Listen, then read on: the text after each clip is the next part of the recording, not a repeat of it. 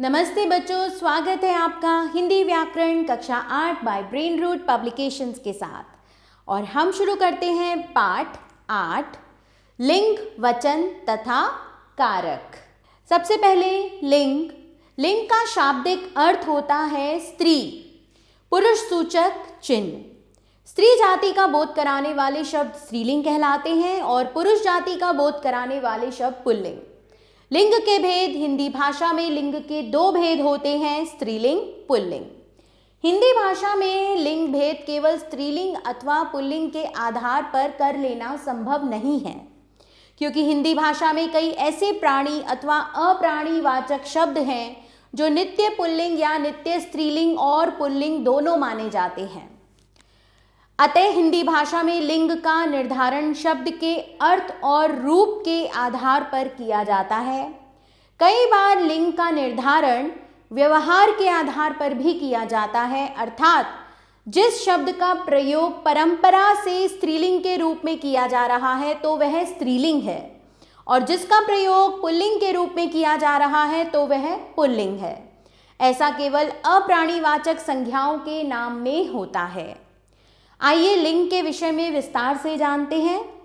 नित्य स्त्रीलिंग शब्द। कुछ शब्द हमेशा स्त्रीलिंग के रूप में ही प्रयुक्त होते हैं, जैसे लोमड़ी, गिलहरी, मक्खी, मछली, छिपकली, कोयल, दीपक, तितली, मैना, मकड़ी आदि। नित्य पुल्लिंग शब्द। कुछ शब्द हमेशा पुल्लिंग के रूप में ही प्रयुक्त होते हैं, जैसे मच्छर, गीदड़, भेड़िया, कौआ, खरगोश, खटमल, तोता, उल्लू, पक्षी, मगरमच्छ, बाज, बिच्छू आदि। हम अपने दैनिक जीवन में कुछ ऐसे शब्दों का प्रयोग करते हैं जो उचित तो होते हैं, परंतु जब भाषा की दृष्टि से देखा जाता है या उनका लिंग परिवर्तन किया जाता है तब हम सोच में डूब जाते हैं कि आखिर मच्छर का लिंग परिवर्तन कैसे हो सकता है या खरगोश का लिंग कैसे बताया जा सकता है। इसी परेशानी से बचने के लिए हिंदी भाषा में कुछ नियम बने हैं, जिनके आधार पर हम ऐसे शब्दों का भी लिंग भेद अथवा लिंग परिवर्तन आसानी से कर सकते हैं। नित्य स्त्रीलिंग शब्दों का लिंग बदलते समय उनके पहले नर, नित्य पुल्लिंग शब्दों का लिंग बदलते समय उनके पहले मादा शब्द लिखना चाहिए, जैसे मक्खी, नर मक्खी, मच्छर, मादा मच्छर, लोमड़ी, नर लोमड़ी, गीदड़, मादा गीदड़। पुल्लिंग की पहचान। पर्वत, सागर, देश, पेड़, महीने, धातु, तारे, ग्रह, नक्षत्र, रत्न, शरीर आदि के नाम प्रायः पुल्लिंग होते हैं। जैसे पर्वतों के नाम आप देख सकते हैं, हिमालय, विंध्याचल, आल्पस, एंडीज आदि।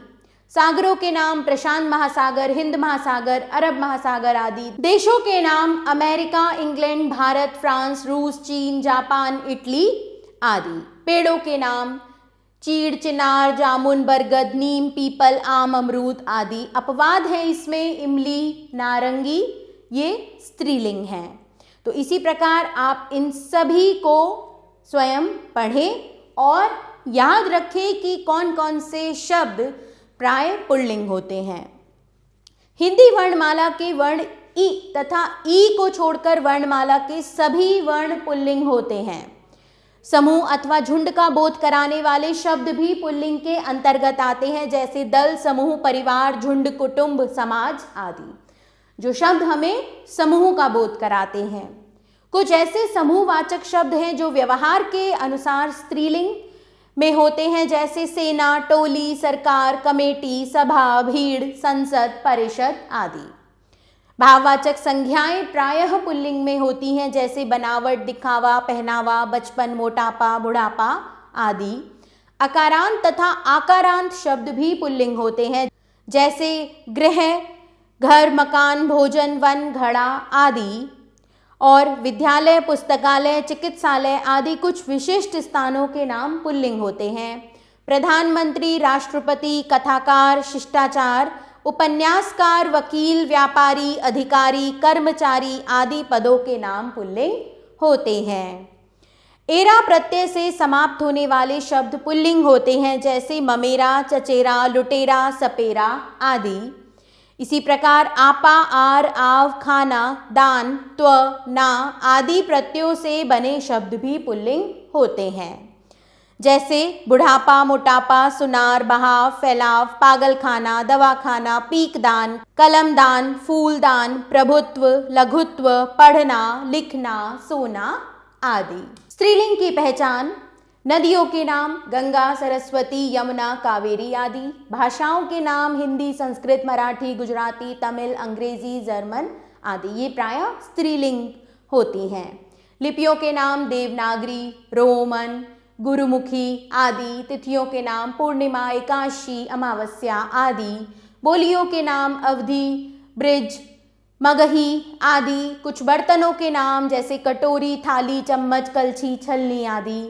शरीर के कुछ अंगों के नाम गर्दन, कमर, जीभ, उंगली, छाती, आंख आदि। इनके अतिरिक्त जिन शब्दों के अंत में आई, ता, नी, आवट, आहट, ई, री, आनी, आस, इया, इमा आदि प्रत्यय जुड़े होते हैं वे भी स्त्रीलिंग होते हैं। जैसे आई तो लड़ाई, धुलाई, कढ़ाई, मिठाई, चिकनाई आदि। ता निकटता, सुंदरता, मधुरता, एकता, मनुष्यता आदि। नी प्रत्यय जापानी, चटनी, छलनी, कथनी, करनी आदि। तो इसी प्रकार इन प्रत्ययों के जुड़ने के कारण ये सभी शब्द स्त्रीलिंग होते हैं। आप इनका अध्ययन स्वयं करें। पुल्लिंग से स्त्रीलिंग बनाने के नियम देखेंगे। आ प्रत्यय जोड़कर प्रिय, पुल्लिंग में हम आ प्रत्यय जोड़ेंगे तो प्रिय, प्रिया, महोदय, महोदया, सुत, सुता, आचार्य, आचार्या। शेष आप स्वयं पढ़ेंगे। ई प्रत्यय जोड़कर पुल्लिंग में ई प्रत्यय जोड़ेंगे जैसे लड़का, लड़की, चाचा, चाची, भड़का, भड़की, बकरा, बकरी, नाना, नानी। शेष आप स्वयं पढ़ेंगे।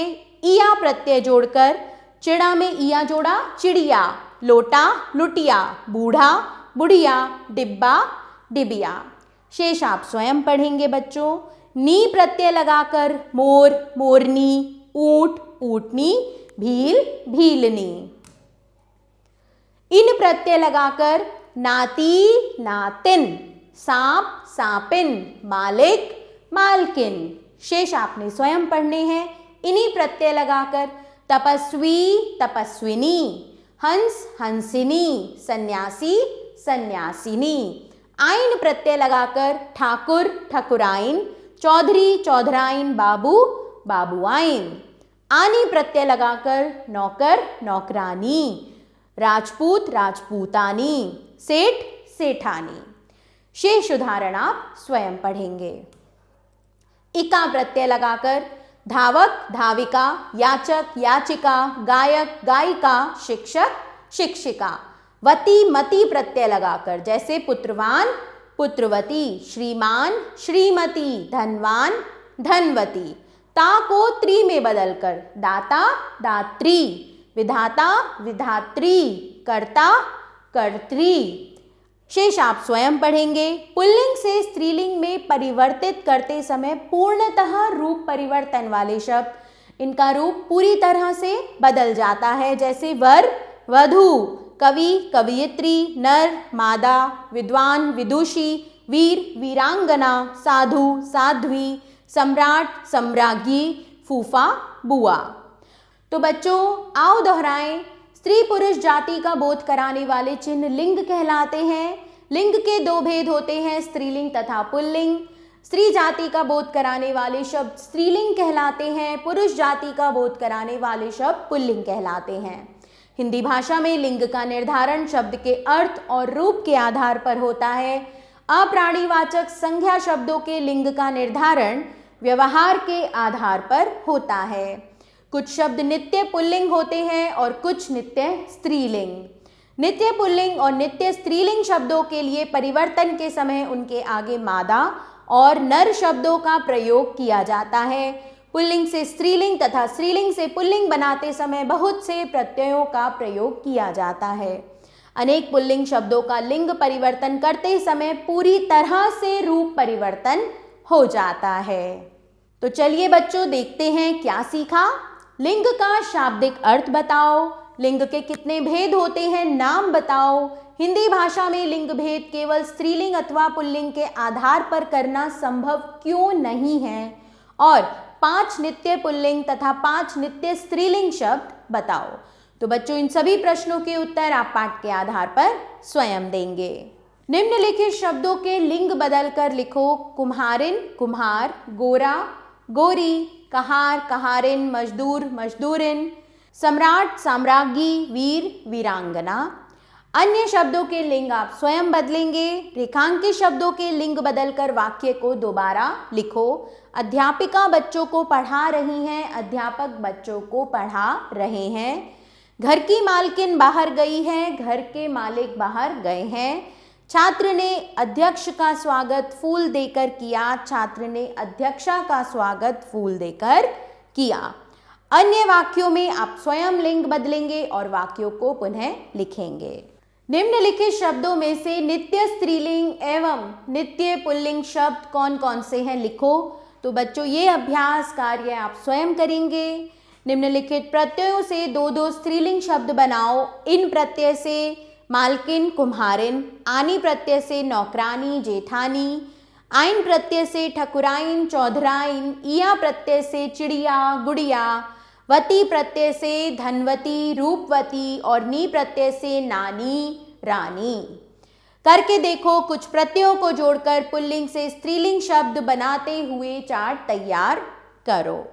चलते हैं बच्चों वचन की ओर। शब्द के जिस रूप से उसके एक या अनेक होने का बोध होता है उसे वचन कहते हैं। जैसे लड़की नृत्य कर रही है, लड़कियां नृत्य कर रही हैं।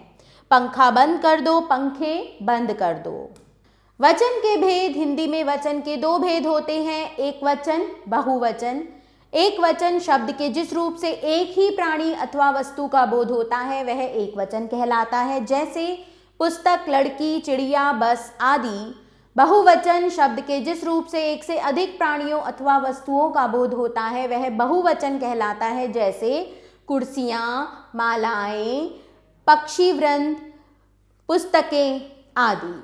वचन की पहचान। वचन की पहचान मुख्यतः 2 प्रकार से होती है, संज्ञा तथा सर्वनाम शब्दों के द्वारा और क्रिया के रूप द्वारा। संज्ञा तथा सर्वनाम शब्दों के द्वारा जब संज्ञा या सर्वनाम शब्द एक अथवा अनेक का बोध कराते हैं, जैसे एक वचन, बहुवचन। वह जाता है, वे जाते हैं। बच्चा खेल रहा है, बच्चे खेल रहे हैं। उसने खाना खा लिया, उन्होंने खाना खा लिया।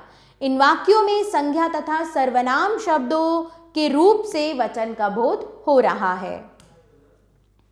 क्रिया के रूप द्वारा जब कुछ संज्ञा शब्दों का रूप एक वचन तथा बहुवचन दोनों में एक सा रहता है तब उनका वचन जानने के लिए उन वाक्यांशों को क्रियाओं के रूप में देखा जाता है और उनके आधार पर वचन पहचाना जाता है। जैसे फूल सुंदर है, फूल सुंदर हैं। चोर पकड़ा गया, चोर पकड़े गए। पक्षी उड़ रहा है, पक्षी उड़ रहे हैं। उपर्युक्त वाक्यों में फूल, चोर और पक्षी के वचन का ज्ञान क्रियापदों से हो रहा है। वचन संबंधी ध्यान देने योग्य बातें हैं। कुछ महत्वपूर्ण तथ्य हैं जिन्हें वचन बदलते समय ध्यान में रखना बहुत आवश्यक है। जैसे अपने से बड़ों के प्रति आदर या सम्मान प्रकट करने के लिए एक वचन के स्थान पर बहुवचन का प्रयोग किया जाता है। जैसे नानी आ रही हैं। अब नानी तो एक वचन है लेकिन हम उनके प्रति आदर प्रकट कर रहे हैं, इसीलिए हम इसे बहुवचन में लिखेंगे। शिवाजी वीर थे, लाल बहादुर शास्त्री हमारे लिए पूज्य हैं, मेरी शिक्षिका बहुत अच्छा पढ़ाती हैं। इसी प्रकार आप अन्य उदाहरण स्वयं पढ़ेंगे। पुरुषवाचक सर्वनाम तू एक वचन है, परंतु शिष्टता को ध्यान में रखते हुए हिंदी भाषा में तू के स्थान पर तुम अथवा आप का प्रयोग किया जाता है। जैसे मयंक, तुम अभी तक गए नहीं। बेटा, आपके पिताजी कब आएंगे? तुम्हें अपना काम स्वयं करना चाहिए, मुझे तुम्हारी माताजी से बात करनी पड़ेगी। कई बार क्षेत्रीयता के चलते भी एक वचन के स्थान पर बहुवचन का प्रयोग किया जाता है। जैसे लखनऊ और बिहार में रहने वाले लोग अधिकांशतः मैं के स्थान पर हम का प्रयोग करते हैं। जैसे हमें अभी जाने दो, हमने आपको पहले ही सूचित कर दिया था, हमारे माता पिताजी हमें इजाज़त नहीं देंगे।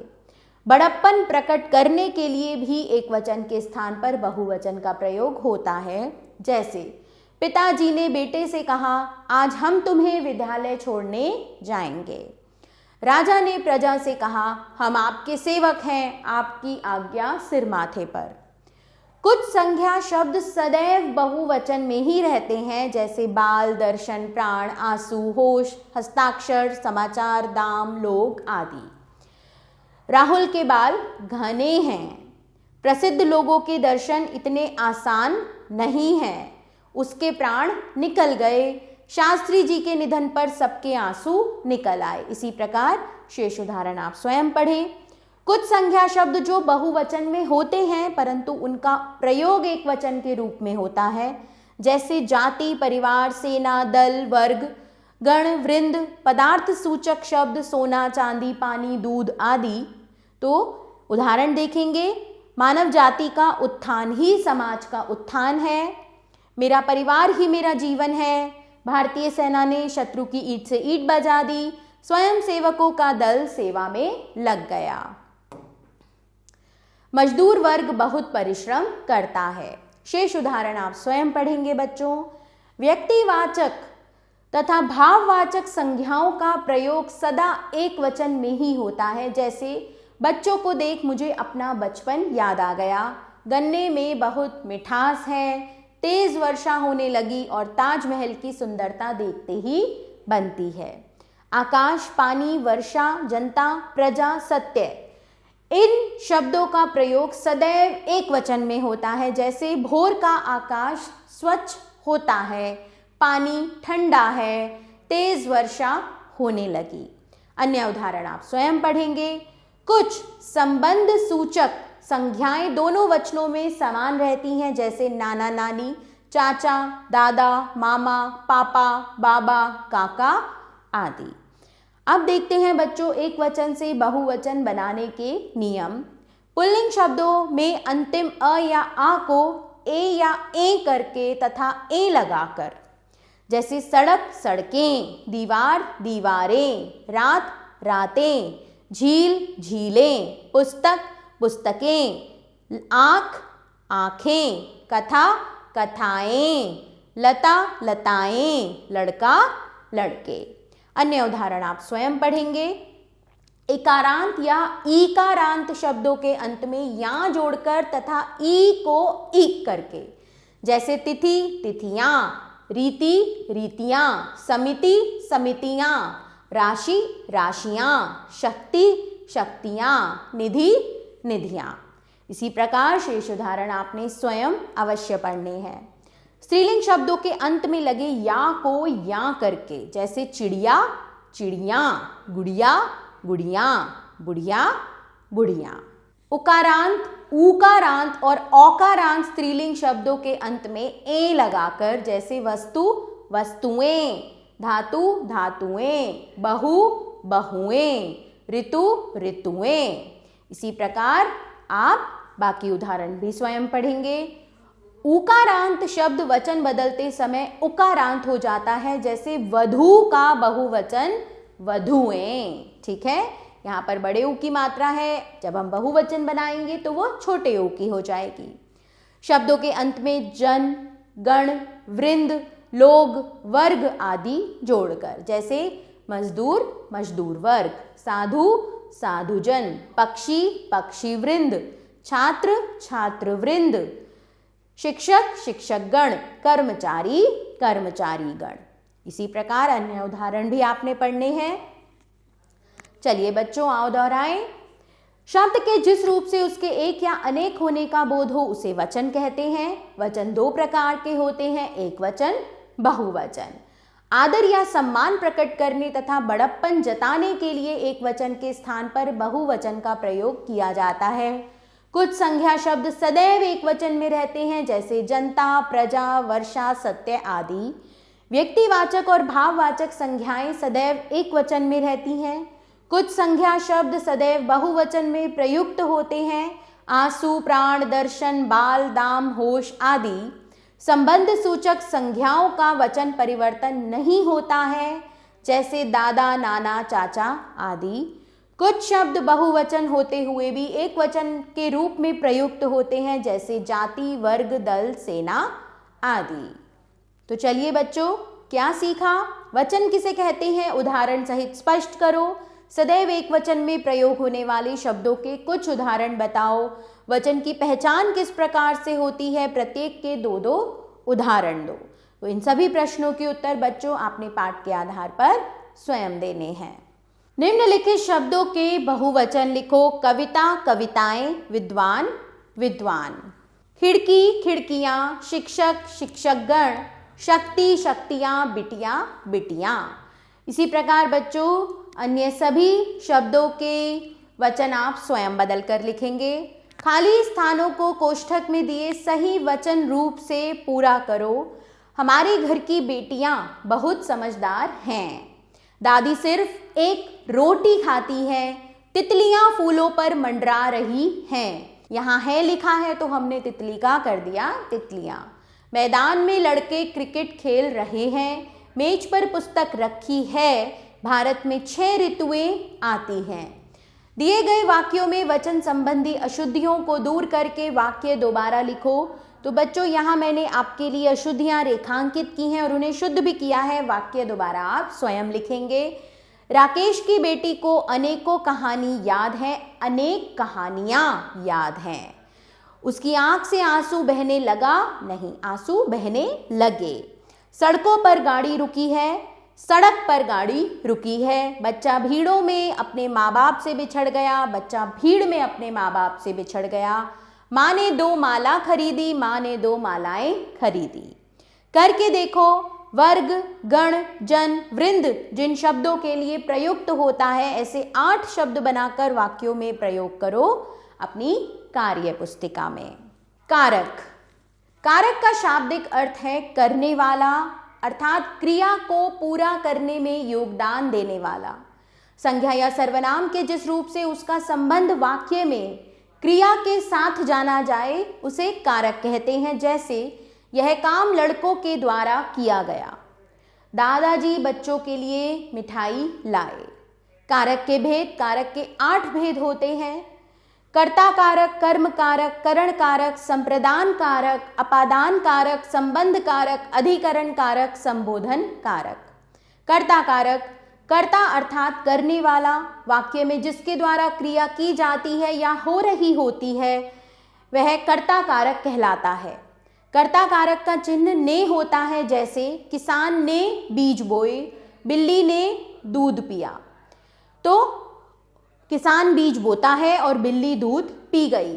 उपर्युक्त वाक्यों में से 2 वाक्यों में ने परसर्ग का प्रयोग हुआ है और 2 वाक्यों में नहीं, परंतु ऐसे परसर्ग रहित वाक्य भी कर्ता कारक के अंतर्गत ही आएंगे, क्योंकि कर्ता कारक में कर्ता 2 रूपों में आता है, परसर्ग सहित तथा परसर्ग रहित। परसर्ग सहित वाक्य में क्रिया सकर्मक तथा भूतकाल में होती है, इसलिए वहां ने परसर्ग का प्रयोग होता है। परसर्ग रहित वाक्य में क्रिया अकर्मक तथा भूतकाल में होती है, इसलिए वहां वाक्य परसर्ग रहित होता है।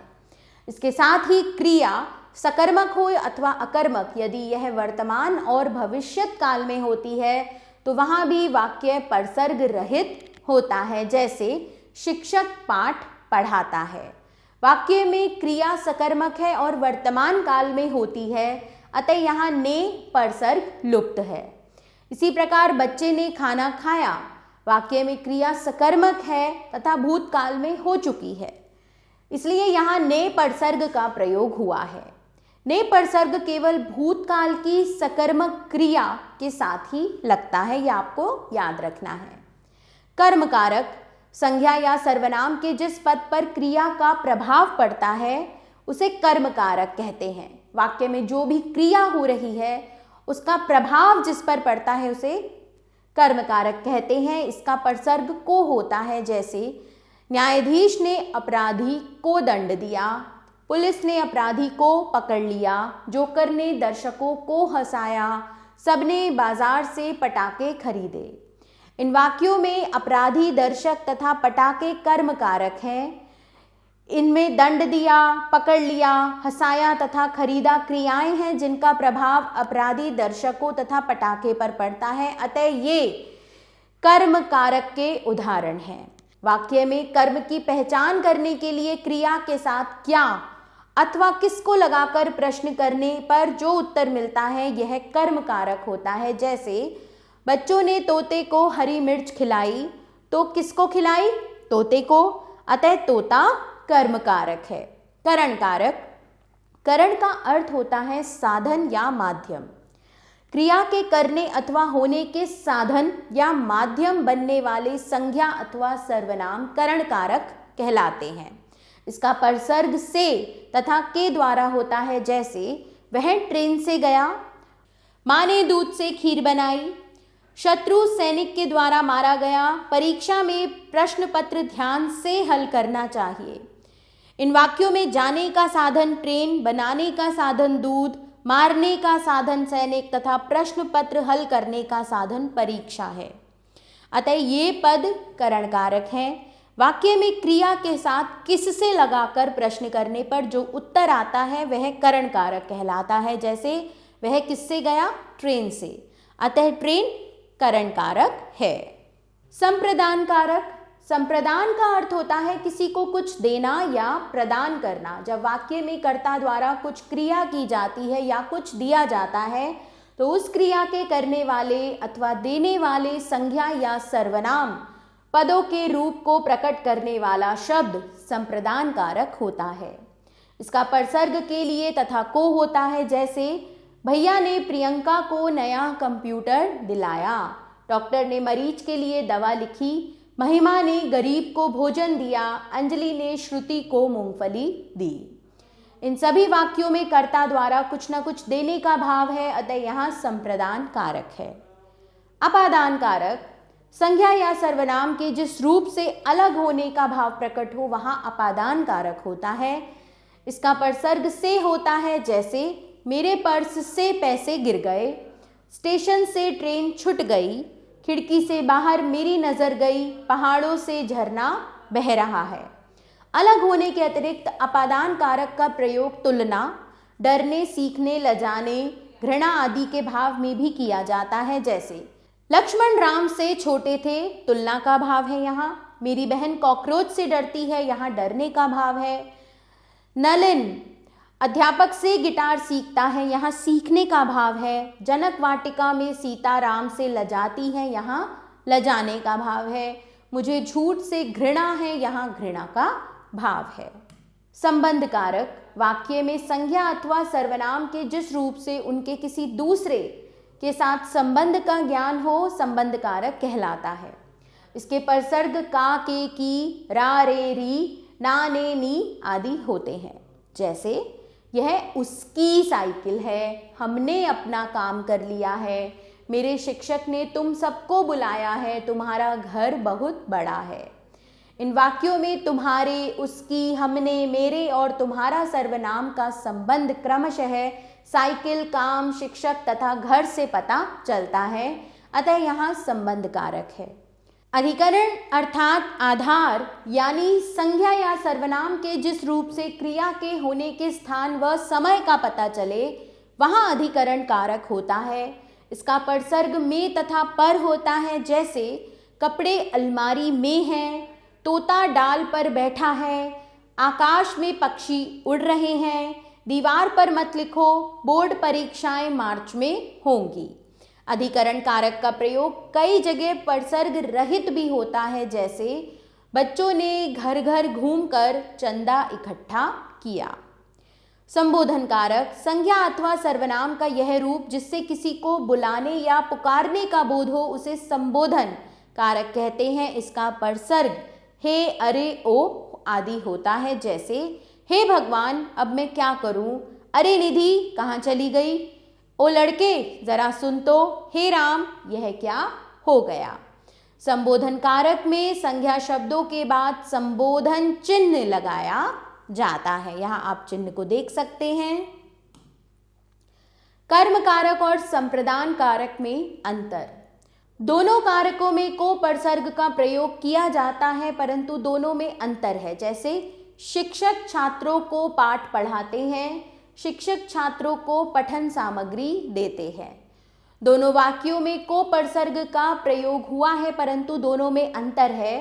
पहले वाक्य में शिक्षक द्वारा की गई क्रिया का प्रभाव कर्म पर पड़ रहा है, यहाँ छात्र पढ़ाना क्रिया का कर्म है, अतः उनके साथ कोपरसर्ग लगा है। परंतु दूसरे वाक्य में छात्र को पठन सामग्री देने का भाव है, यहाँ पठन सामग्री देने की क्रिया छात्र के लिए की गई है, अतः यहाँ छात्र संप्रदान कारक है। अब हम देखेंगे करण कारक और अपादान कारक में अंतर। इन दोनों कारकों का परसर्ग से है, फिर भी दोनों में अंतर है। जैसे हम बस से पिकनिक गए, दादाजी गांव से आ रहे हैं। दोनों वाक्यों में से परसर्ग का प्रयोग किया गया है, परंतु पहले वाक्य में बस हमारे पिकनिक पर जाने का साधन है, जबकि दूसरे वाक्य में गांव दादाजी के वहां से निकलने यानी कि अलग दूर जाने का बोध करा रहा है। अतः पहले वाक्य में करण कारक है और दूसरे वाक्य में अपादान कारक। आओ दोहराएं। कारक का शाब्दिक अर्थ होता है करने वाला। वाक्य में प्रयुक्त संज्ञा अथवा सर्वनाम पदों का जो रूप उनका संबंध क्रिया के साथ बताता है वह कारक कहलाता है। कारक के 8 भेद होते हैं: कर्ता कारक, कर्म कारक, करण कारक, संप्रदान कारक, अपादान कारक, संबंध कारक, अधिकरण कारक तथा संबोधन कारक। कर्ता कारक परसर्ग सहित या परसर्ग रहित दोनों प्रकार के होते हैं। अपादान कारक अलग होने के भाव के अतिरिक्त डरने, लजाने, तुलना करने, सीखने, घृणा करने आदि के भावों को व्यक्त करने के लिए भी प्रयुक्त होता है। चलिए बच्चों देखिए क्या सीखा। कारक किसे कहते हैं, उदाहरण सहित स्पष्ट करो। कारक कितने प्रकार के होते हैं, परसर्ग सहित बताओ। आपको इनके परसर्ग चिन्ह भी बताने हैं। कर्म कारक तथा संप्रदान कारक में क्या अंतर है, उदाहरण सहित स्पष्ट करो। तो इन सभी प्रश्नों के उत्तर बच्चों आप पाठ के आधार पर स्वयं देंगे। नीचे लिखे वाक्यों में कारक शब्दों को रेखांकित करके उसके भेद लिखो। पुलिस ने चोर को पकड़ा, चोर को कर्म कारक। हे भगवान मेरी मदद करो, संबोधन कारक। गैस पर खाना पक रहा है, अधिकरण कारक। महेश ने खाना खाया, कर्ता कारक। और हिमालय से गंगा निकलती है, ये है अपादान कारक। शेष वाक्यों में आप स्वयं कारक शब्दों को रेखांकित करेंगे और उनके भेद बताएंगे। निम्नलिखित वाक्यों में रिक्त स्थानों की पूर्ति उचित कारक से करो। मेरा भाई प्रतिदिन बस से दफ्तर जाता है। आश्रमवासी यज्ञ के लिए लकड़ियां लाते हैं। हमें बुजुर्गों का आदर करना चाहिए। शेष दोनों आप स्वयं करेंगे। निम्नलिखित वाक्यों में कारक संबंधी अशुद्धियां ठीक करके पुनः लिखो। अशुद्धियां मैंने यहाँ ठीक करी हैं बच्चों, वाक्य को आप पुनः स्वयं लिखेंगे। मदारी ने बंदर का नाच दिखाया। मैंने पेंसिल से चित्र बनाए। शिक्षक ने छात्र को पाठ पढ़ाया। कल अलमारी को साफ करना है। मुझ से यह काम नहीं होगा। पतझड़ में पेड़ से पत्ते गिरते हैं। करके देखो। किन्हीं 5 कारकों एवं चिन्हों को चित्र बनाकर दर्शाओ तथा वाक्य में प्रयोग करो। इसी के साथ बच्चों हमारा यह पाठ यहाँ समाप्त होता है। तो आशा करती हूँ कि आपको यह अच्छे से समझ में आ गया होगा। आभार बच्चों, मिलते हैं नए पाठ के साथ।